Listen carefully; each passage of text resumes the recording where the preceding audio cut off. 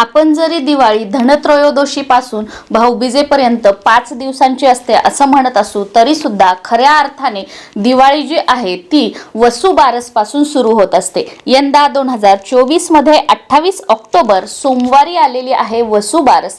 तुमच्याकडे गाई व वासराची मूर्ती असेल तर कशा पद्धतीने पूजा करायची, किंवा तुमच्याकडे गाईचा गोठा असेल, घरी गाई उपलब्ध असतील किंवा आजूबाजूला गाई असतील तर कशा पद्धतीने वसुबारसची पूजा करावी, या दिवशीचा उपवास कसा करावा, उपवासाला काय खावं काय खाऊ नये आणि अजून बरीचशी माहिती असणारा व्हिडिओ आपल्या चॅनलवर ऑलरेडी आलेला आहे। त्याच्यामध्ये तुम्हाला सगळी माहिती मिळून जाईल, तो तुम्ही बघू शकता।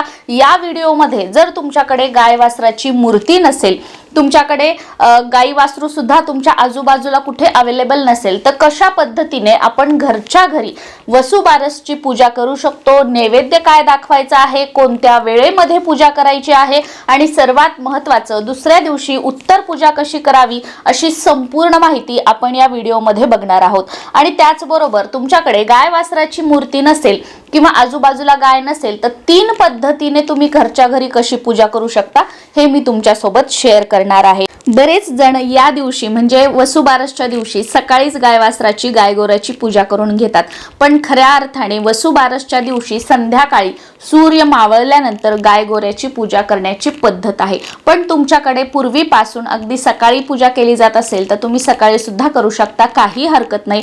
पण सकाळी गाय वासराची पूजा केल्यानंतर संध्याकाळी सूर्य मावळल्यानंतर प्रदोष काळामध्ये जिथे तुम्ही पूजा केलेली आहे तिथे दिवा आवर्जून लावावा, धूप बत्ती आवर्जून करावी आणि संध्याकाळी शक्य झालं तर गवारीच्या शेंगाची भाजी आणि भाकरीचा नैवेद्य तुम्हाला दाखवायचा आहे। सकाळच्या वेळी जेव्हा तुम्ही पूजा करता त्यावेळेला काहीतरी गोडाचा किंवा फळाचा नैवेद्य दाखवला तरी सुद्धा चालेल, किंवा तुमच्याकडे पद्धत असेल सकाळीच गवारीच्या शेंगाची भाजी आणि भाकरीचा नैवेद्य दाखवायचा तर तसं सुद्धा तुम्ही करू शकता। आणि या दिवशीचा जो उपवास आहे तो दिवसभर केला जातो आणि संध्याकाळी प्रदोष काळामध्ये गायगोऱ्याची म्हणजे गाय वासराची पूजा करून गाय वासराला गवारीच्या शेंगाची भाजी आणि भाकरीचा नैवेद्य दाखवला जातो आणि त्याच्यानंतर उपवास जो आहे तो सोडला जातो। या दिवशी खास करून गहू आणि मूग जे असतात, हिरवे मूग जे असतात तर ते खाल्ले जात नाहीत। ते का खाल्ले जात नाहीत तर याच्या मागे सुद्धा एक कथा आहे, ती आपल्या पहिल्या व्हिडिओमध्ये वसुबारसच्या दिवशी पूजा कशी करावी त्याच्यामध्ये मी व्यवस्थित सगळं सांगितलेलं आहे, त्याच्यामुळे तो व्हिडिओ तुम्ही बघा। त्याच्यामध्ये तुम्हाला जास्त माहिती जी आहे उपवासाबद्दल वगैरे सगळी काय खायचं काय नाही ती सगळी मिळून जाईल। वसुबारसच्या दिवशी सकाळी लवकर उठायचं आहे, सर्वात अगोदर आपल्या दारामध्ये झाडू मारायचा आहे, झाडून काढायचा आहे आणि सडा टाकायचा आहे। आणि सडा जे आपण टाकतो त्या पाण्यामध्ये चिमूटभर हळद आणि थोडासा कापूर जो आहे तो क्रश करून आवर्जून टाकायचा आहे। का टाकायचा आहे? कारण या दिवसापासून खऱ्या अर्थाने दिवाळीची सुरुवात आहे आणि माता लक्ष्मीचं स्वागत करण्यासाठी, माता लक्ष्मीचं आगमन आपल्या घरामध्ये व्हावं यासाठी सडा टाकणं किंवा दारामध्ये झाडून काढणं आणि छोटीशी का होईना रांगोळी काढणं अतिशय महत्त्वाचं आहे। इथे प्रश्न येतो की आम्ही फ्लॅटमध्ये राहतो, मग आम्ही कसं करायचं? तर तुम्ही एक छोटीशी स्प्रे बॉटल घेऊ शकता, त्याच्यामध्ये थोडीशी हळद टाकायची, थोडासा कापूर बारीक करून टाकायचा आणि ते पाणी तुम्ही दारासमोर स्प्रिंकल करायचं आहे। दारामध्ये छोटीशी रांगोळी काढायची आहे, उंबरठ्याला हळदीचं लेपन करायचं आहे आणि आपल्या दरवाजाला आंब्याच्या पानाचं तोरण या दिवशी आवर्जून लावायचं आहे। कारण आपल्या घराचं मुख्य द्वारच आहे, तिथून सकारात्मक ऊर्जा सुद्धा आपल्या घरामध्ये येत असते आणि तिथून नकारात्मक ऊर्जा सुद्धा आपल्या घरामध्ये येऊ शकते। मग आपल्याला नकारात्मक ऊर्जेला बाहेर रोखायचं आहे आणि माता लक्ष्मीचं आगमन आपल्या घरामध्ये व्हावं यासाठी आपल्याला सगळ्या गोष्टी करायच्या आहेत। त्याच्यामुळे ह्या सर्व गोष्टी सकाळी करणं अतिशय महत्त्वाचं आहे आणि त्यानंतरच मग बाकीची सगळी पूजा अर्चा ज्या गोष्टी आहेत त्या आपल्याला करायच्या आहेत। हे झाल्यानंतर आता तुमच्याकडे गायगोऱ्याची म्हणजे गायची आणि तिच्या वासराची मूर्ती नाहीये तर पहिली पद्धत काय आहे पूजा करण्याची ती तुम्हाला सांगते। तर पहिल्या पद्धतीने काय करायचं, जिथे तुम्हाला पूजा मांडणी करायची आहे घरातली ती जागा स्वच्छ करून घ्यायची, खाली फरशीवर स्वास्तिक काढायचं, त्याच्यावर हळदी कुंकू टाकायचं, त्याच्यावर चौरंग ठेवायचा, त्या चौरंगावर वस्त्र अंथरायचं आहे। सुरुवातीला दिवा लावून घ्यायचा, दिव्याची पूजा करून घ्यायची, कारण अग्निदेवतेच्या साक्षीनेच आपण प्रत्येक गोष्ट व्रत वैकल्य वगैरे सगळ्या गोष्टी करत असतो। त्याच्यामुळे सुरुवातीला दिवा लावून घ्यायचा, त्याच्यानंतर प्लेन एखादी प्लेट घ्यायची, छोटीशी मोठी अशी गोलसर प्लेट घ्यायची, किंवा तुमच्याकडे दुसरं काही एखादं असं फर्निचर वगैरे करताना सरळ काही असेल ते घेऊ शकता।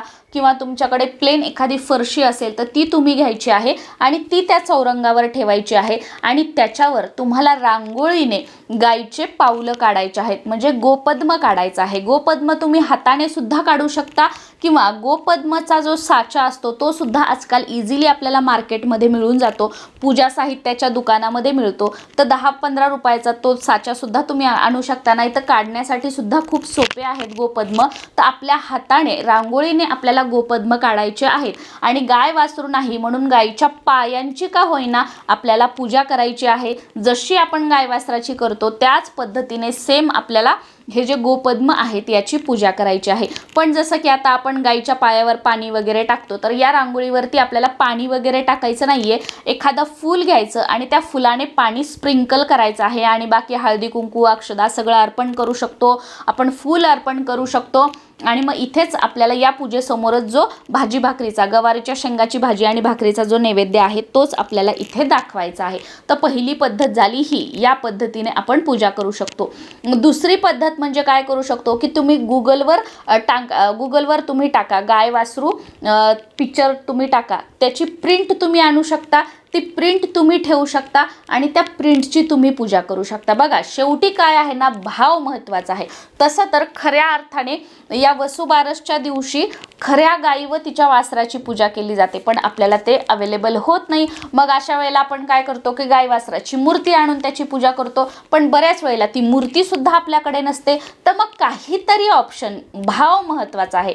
कशाचीही आपण करतो पण त्याच्या मागचं आपलं हे की मला हा सण, हा उत्सव साजरा करायचा आहे, हा भाव महत्त्वाचा. त्याच्यामुळे तुम्ही गुगलवर गाय वासरू पिक्चर तुम्ही टाका किंवा इमेज टाका, ते तुम्हाला मिळून जाईल. त्याची प्रिंट काढून आणून सेम तुम्ही या पद्धतीने पूजा मांडणी करून पूजा करू शकता. किंवा हेही तुम्हाला शक्य नसेल, तुम्हाला किंवा तुमच्या घरातील कोणत्या तुमच्या मुलांना, मिस्टरांना ड्रॉइंग चांगली येत असेल तर गाय वासराचं चित्र जे आहे ते तुम्ही ड्रॉइंग करा आणि ते ठेवून त्याची जी पूजा आहे ती तुम्ही करू शकता आणि नैवेद्य वगैरे तिथे सगळं तुम्ही दाखवू शकता.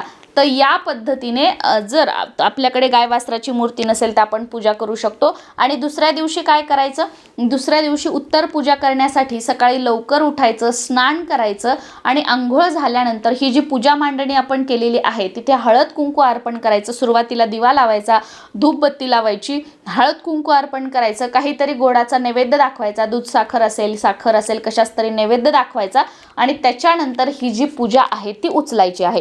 आता तुम्ही रांगोळीने जर गोपद्म काढलेले असतील किंवा रांगोळीने तुम्ही गायवासराचं चित्र रेखाटलं असेल तर ती रांगोळी गोळा करायची आणि जे आपण निर्माल्य वगैरे हे करतो तर त्याच्यामध्ये टाकायची किंवा आजूबाजूला कुठे पाणी वगैरे असेल तर प्रवाहित करायची किंवा तुमचं शेत वगैरे काही असेल आजूबाजूला मोकळी जागा वगैरे तर त्या मातीमध्ये तुम्हाला दाबून द्यायची आहे.